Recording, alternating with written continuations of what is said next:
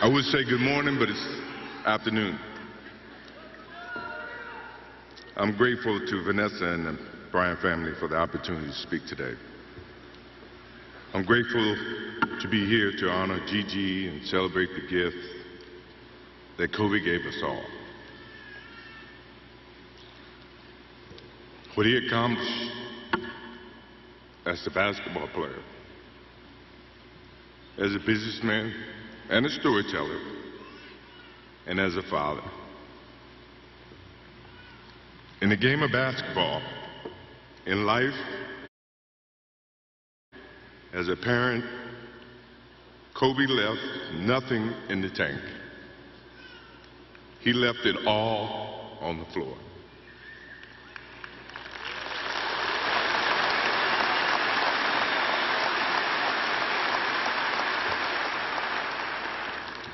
Maybe it surprised people that Kobe and I were very close friends, but we were very close friends.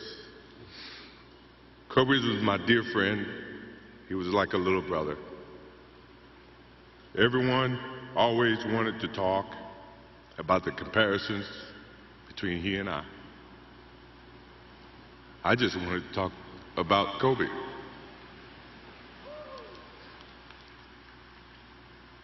You know, all of us have brothers and sisters, little sisters who, for whatever reason, always tend to get in your stuff, your closet, your shoes, everything. It was a nuisance, if I can say that word. But that nuisance turned into love over a period of time, just because the admiration that they had for you as big brothers or big sisters. The questions, the wanting to know every little detail about life that they were about to embark on. He used to call me, text me, 11:30, 2:30, 3 o'clock in the morning, talking about post-up moves, footwork, and sometimes the triangle. At first, it was an aggravation. But then it turned into a certain passion. This kid had passion like you would never know. And it's an amazing thing about passion. If you love something, if you have a strong passion for something, you would go to the extreme to try to understand or try to get it. Either ice cream, Cokes, hamburgers, whatever you have a love for. If you have to walk, you would go get it. If you have to beg someone, you would go get it. What Kobe Bryant was to me was the inspiration that someone truly cared about the way I played the game or the way that he wanted to play the game.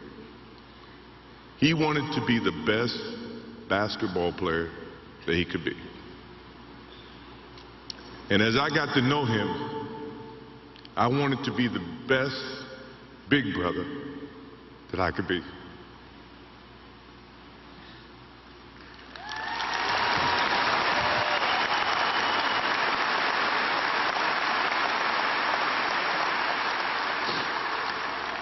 To do that,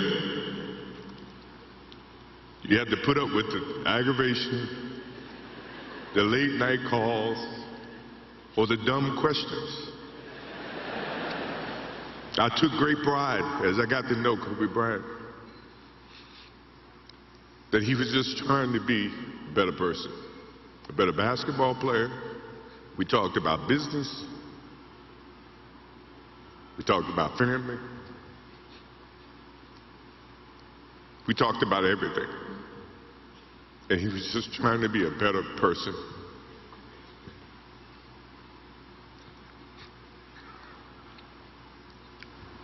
Now he's got me. I'll have to look at another crime meme for the next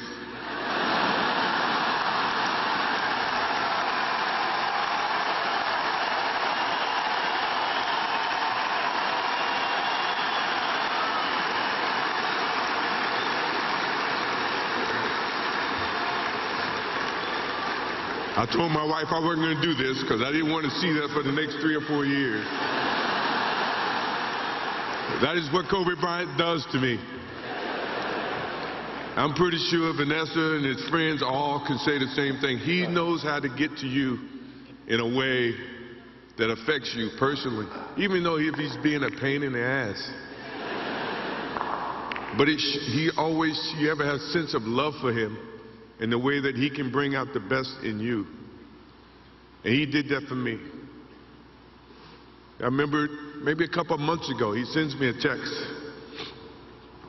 And he's saying, I'm trying to teach my daughter some moves. And I don't know what I was thinking or what I was working on. But what were you thinking about when you were as you were growing up, trying to work on your moves? I said, what age? He says, 12. I said, 12, I was trying to play baseball. He sends me a text back saying, laughing my ass off. And this was at 2 o'clock in the morning.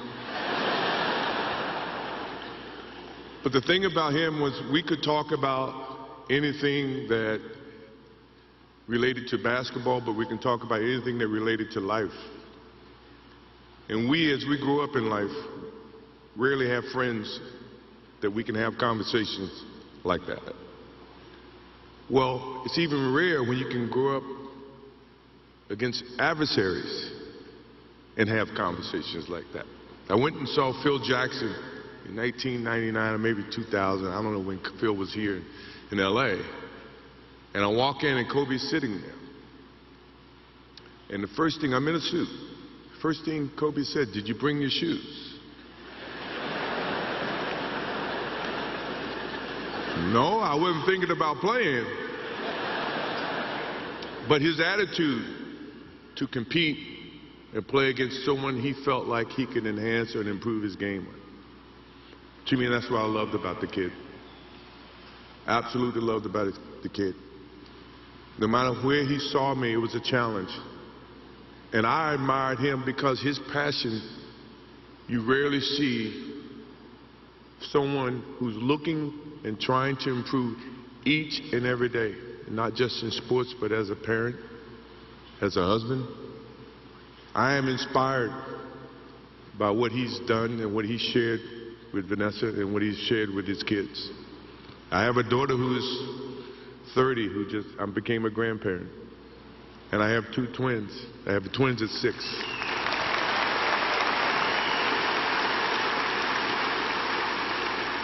I can't wait to get home to become a girl dad and to hug them and to see the love and the smiles that they bring to us as parents. He taught me that just by looking at this tonight, looking at how he responded and reacted with the people that he actually loved. These are the things that we will continue to learn from Kobe Bryant. To Vanessa, Natalia, Bianca, Capri, my wife and I will keep you close in our hearts and our prayers. We will always be here for you, always. I also want to offer our condolences and support to all the families affected by this enormous tragedy. Kobe gave every last ounce of himself to whatever he was doing.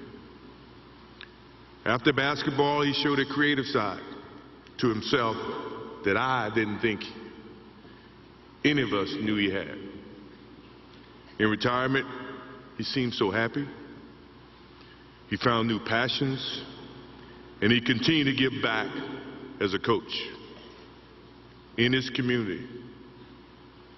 More importantly, he was an amazing dad, amazing husband, who dedicated himself to his family and who loved his daughters with all his heart. Kobe never left anything on the court. And I think that's what he would want for us to do. No one knows how much time we have. That's why We must live in the moment. We must enjoy the moment. We must reach and see and spend as much time as we can with our families and friends and the people that we absolutely love. To live in the moment means to enjoy each and every one that we come in contact with. When Kobe Bryant died, a piece of me died.